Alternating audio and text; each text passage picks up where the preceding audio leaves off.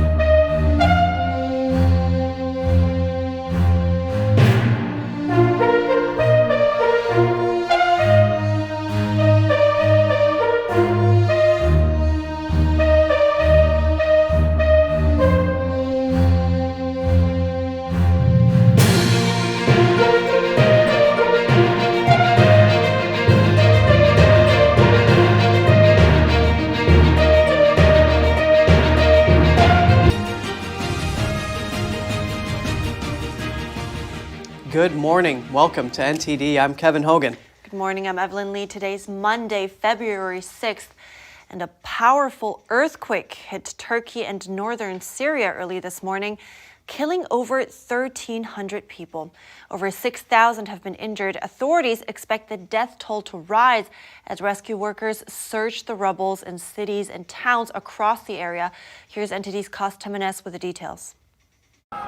The 7.9 magnitude quake hit southern Turkey in the early hours of Monday morning. It reverberated through several provinces in the country, as well as in neighboring Syria. I was sleeping when my wife suddenly woke me up. The quake was very severe, very scary. We were hearing sounds from all over the place. It took almost 2 minutes until the shaking stopped. Hundreds of people were killed. Buildings were toppled. Over a dozen aftershocks followed for several minutes, the strongest measuring 6.6 according to Turkish authorities. With several thousand injured, the death toll is expected to rise. Rescue workers searched the rubble in cities and towns across the area for survivors. There are people still trapped under rubble. I have a friend living in this apartment. His children were rescued from the top floor, but only his daughter broke an arm. We'll see what happened to those living on the ground floors. May God give us a speedy recovery. Turkish authorities declared a level 4 alarm, calling for international assistance. Turkish President Tayyip Erdogan said on Twitter that search and rescue teams were immediately dispatched to affected areas. The U.S. Geological Survey said the quake's epicenter was about 20 miles from Gaziantep, near the Syrian border, at a depth of around 11 miles. Tremors could be felt in Lebanon, Cyprus, and down as far as Egypt. Turkey is located on top of major fault lines. Earthquakes are frequent in the area. An earthquake that hit northwest Turkey in 1999 killed over 18,000 people. Kos Temenes, NTD News. And we now have news that a second earthquake has struck Turkey. The latest quake had a magnitude of 7.5. It struck around noon local time. Officials fear it caused many more deaths. Oh, I feel for those people. Now back to the U.S.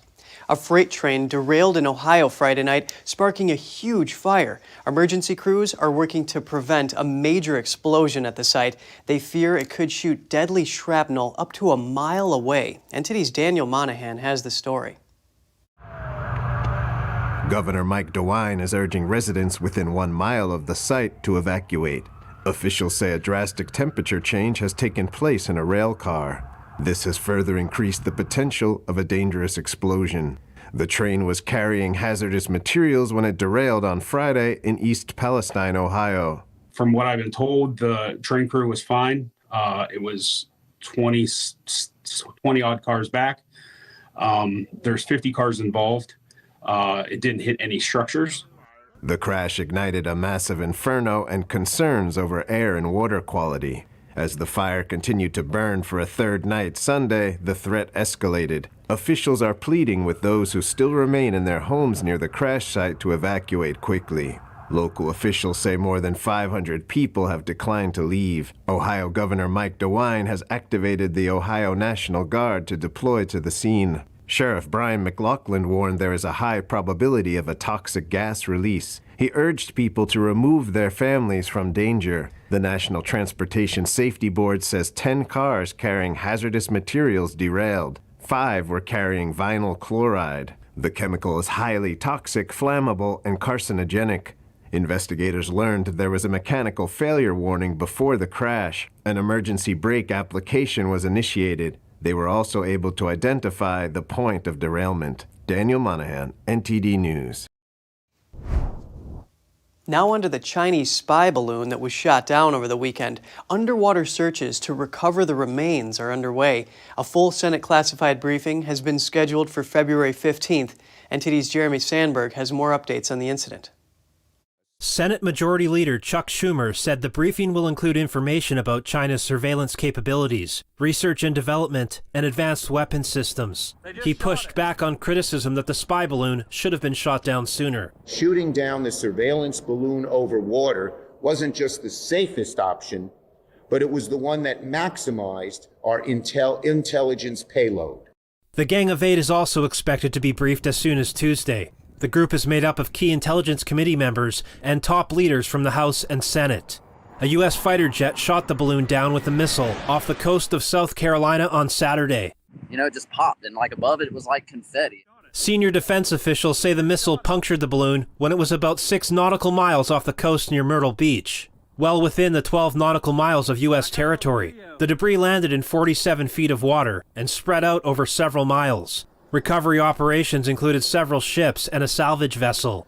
Officials say the balloon debris will be taken to an FBI lab for analysis. China is accusing the U.S. of overreacting. It claims the balloon was for weather research and had blown off course. Because it's a balloon, it can act with a certain impunity in this sense and has this plausible deniability saying that it's a weather balloon. And I think the statement that they were trying to make is that they are not okay with the U.S. foreign policy and this closeness between the U.S. and Taiwan. China's Ministry of Defense stated they reserve the right to use necessary means to deal with similar situations. It was certainly trying to make a statement and test the water and see how the U.S. would respond to this. Secretary of State Antony Blinken has postponed his planned trip to Beijing, saying conditions were not conducive for a constructive visit at this time. The presence of this surveillance balloon in U.S. airspace is a clear violation of U.S. sovereignty and international law.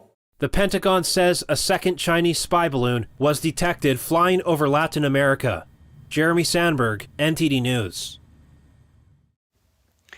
Senate Majority Leader Chuck Schumer says at least 3 balloons went over portions of the U.S. during Trump's time as president. He made the statement at a press conference yesterday. Other officials made the same claims, including Defense Secretary Lloyd Austin. Here's Democratic Representative John Garamendi. This is not the first time this has happened. During the Trump administration, at least 3 times, these observation balloons transited the U.S. territory. Probably Alaska as well as the continental. We don't know. We were never told about that. There were no intelligence briefings during the Trump period about those 3 times in which this happened before.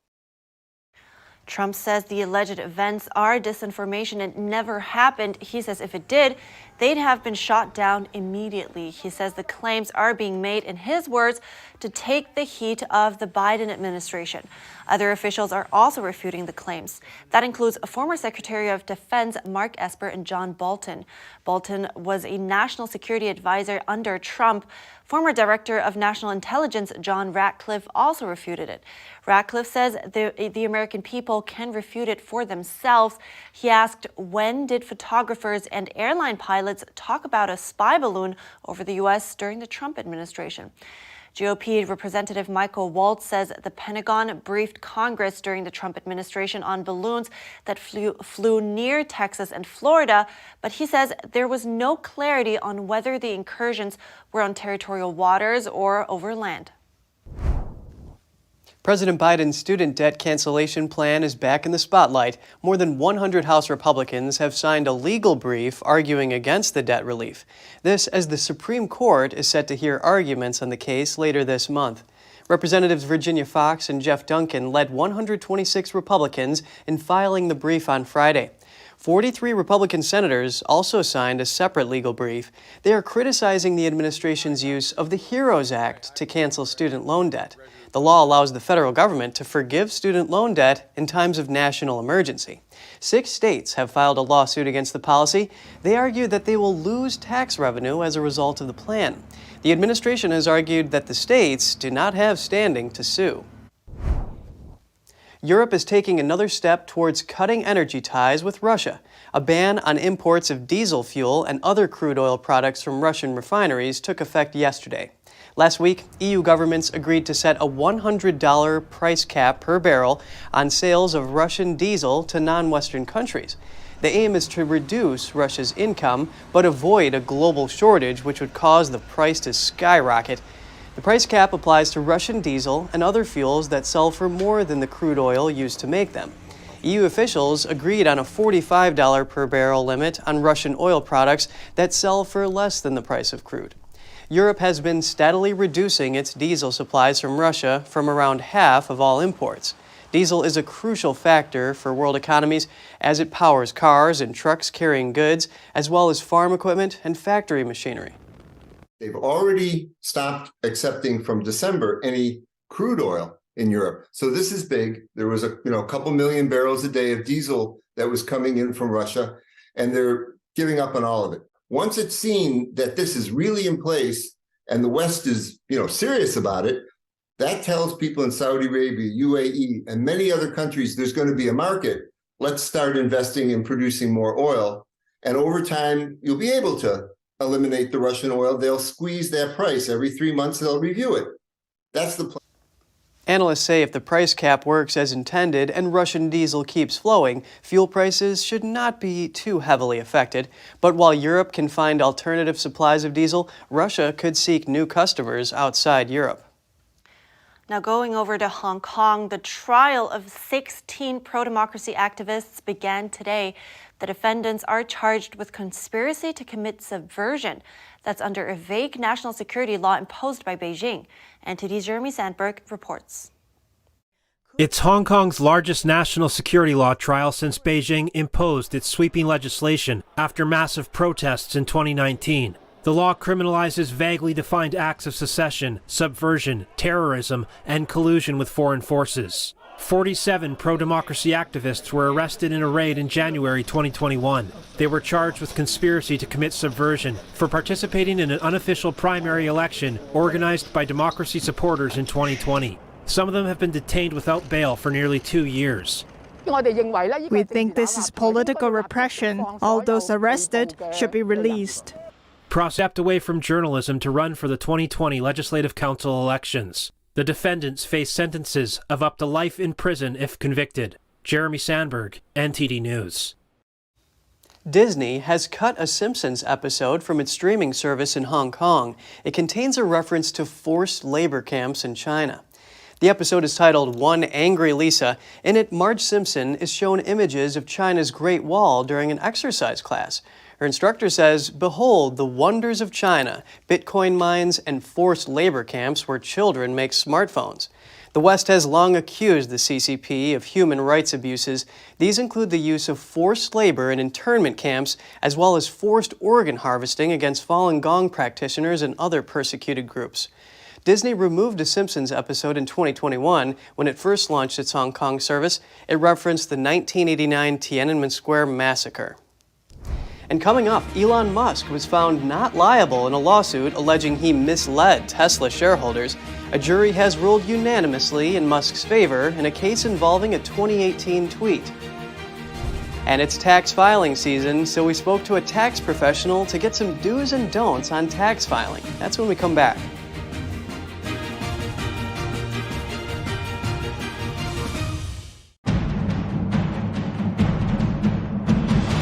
A performance that truly matters for each and every one of us.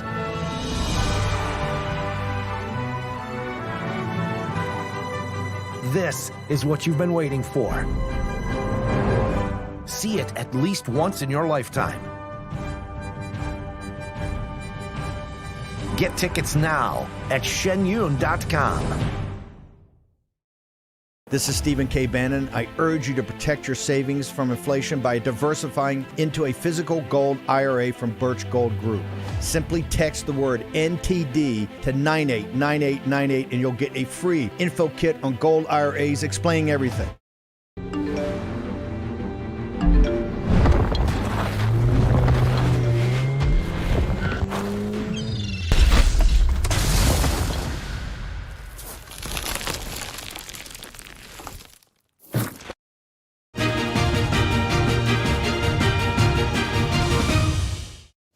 Welcome back. Elon Musk was found not liable in a lawsuit alleging he misled Tesla shareholders.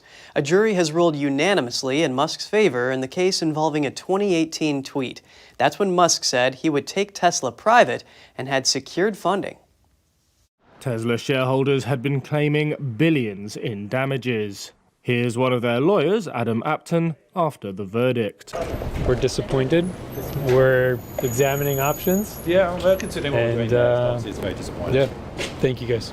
The plaintiffs claimed Musk had misled them when he tweeted on August 7th, 2018 that he was considering taking the company private at $420 per share. That was a premium of about 23% above the previous day's close. He also said he had funding secured. Later that day, Musk, now also Twitter's CEO, had tweeted, "Investor support is confirmed." Plaintiffs claimed that was a lie.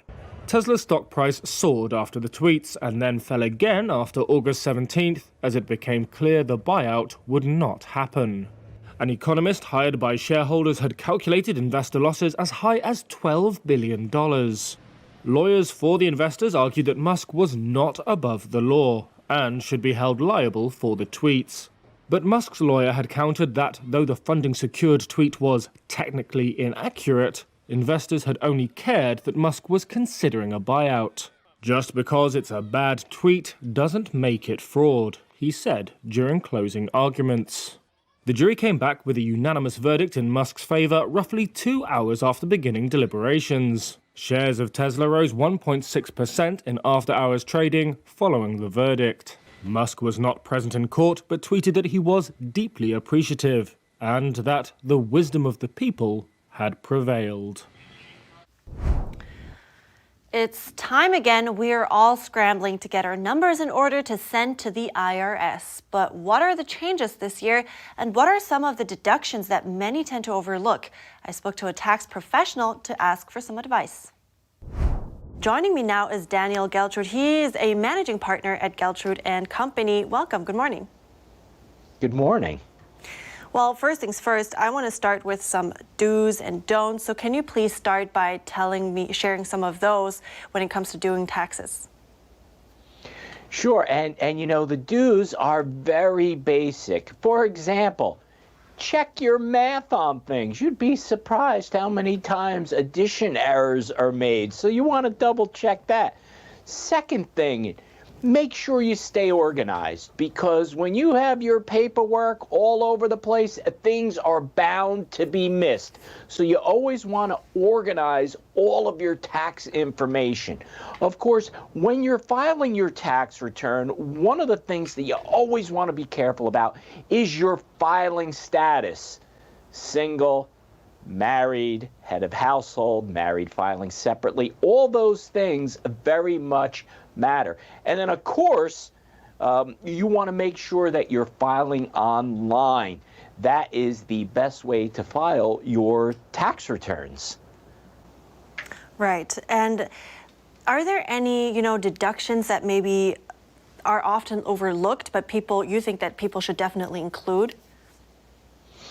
Yes, absolutely. So, for example, those out-of-pocket charitable contributions, you want to make sure that you're keeping track of all of those charitable deductions. Student loan interest is another one. Moving expenses, child and dependent care credits, the earned income tax credit. These are all deductions and credits that are available to people, and many times they tend to be overlooked. And when you overlook these things, you are giving the government extra money. That's not what we want to do. I'm sure very little people want that, so good point. And let's talk about this year in particular. Is there any big changes that we should pay attention to? Well, the changes aren't as big as they have been in prior years, but there are some changes. For example, the standard deductions are larger than they were last year. The income tax brackets have shifted in terms of where you hit different tax rates. The child care tax credit is smaller, and here's another one. There is no more $300 allowed charitable tax deduction. That went away. So in order to be able to take a charitable deduction, you must be itemizing your deductions. Let's take a moment for those people that are filing taxes for the first time. It can be a scary thing. So any words of advice for them to make their lives easier? You know, I really would recommend, especially if it's your first time, having a seasoned tax professional file your tax returns. And I understand that people may be saying, well, I don't want to spend that money on tax preparation. But the thing about it is you want to make sure you get your taxes right. You don't want to, so to speak, leave any money on the table. So it's never a bad idea, especially right out of the box, to make sure you're filing your taxes properly and only paying the taxes that you are due to pay and nothing extra. Very good advice. So thank you so much, Daniel Geltrude. I appreciate it today. Thank you.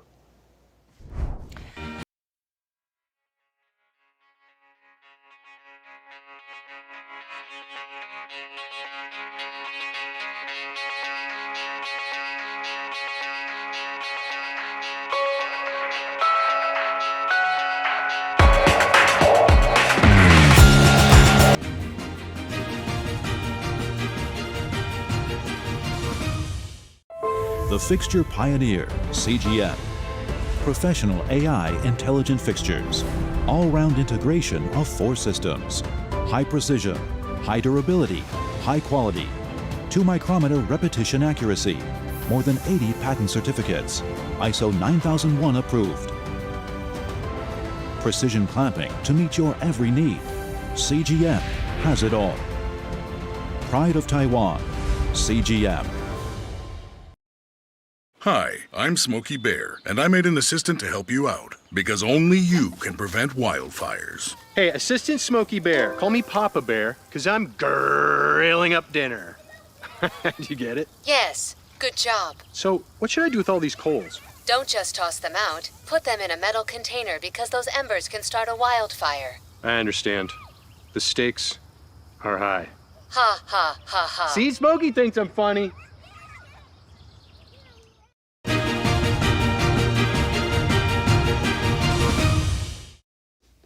Good to have you back with us. Scientists at Mount Washington Observatory encountered dangerously cold temperatures this weekend.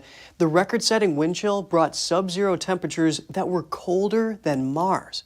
A minus 108-degree wind chill was recorded on the summit of Mount Washington in New Hampshire. Scientists recorded an actual temperature of minus 47 that tied an observatory record set in 1934 and a wind gust of 127 miles per hour.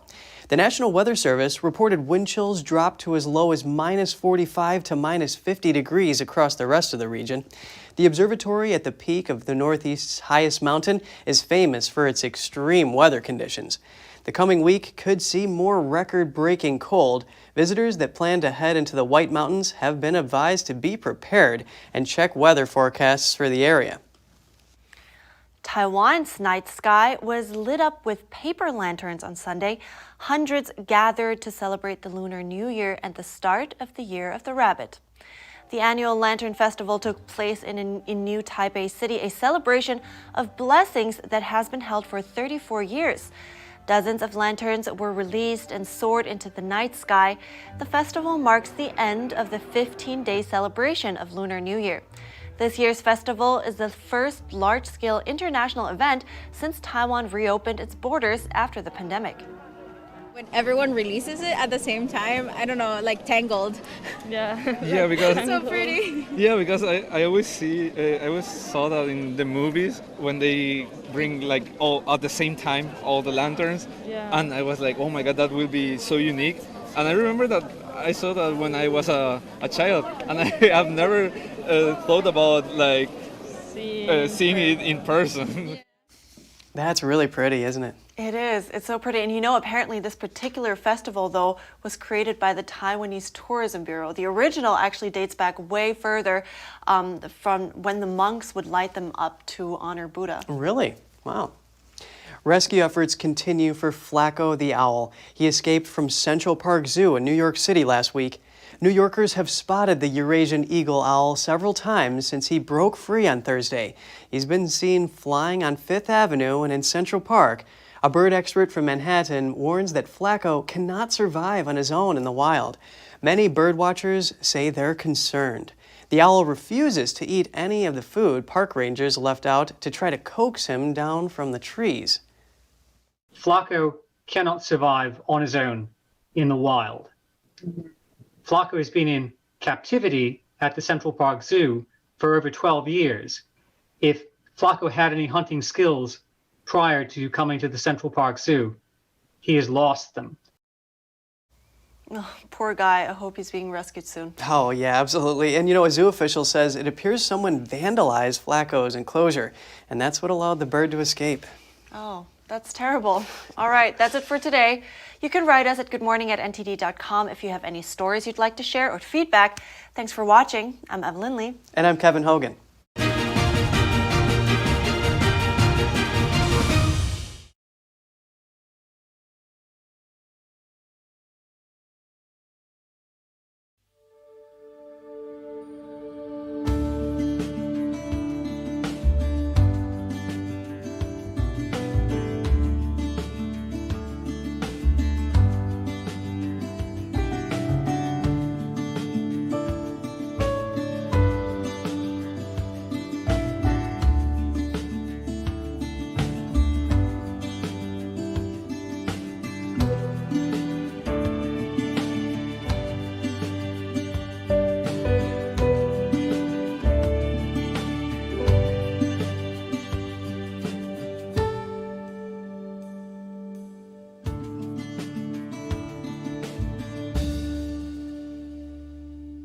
Thanks for watching us on YouTube. Did you know YouTube only keeps selected videos on its platform? So if you want to make sure you get the full picture, just subscribe to our newsletter.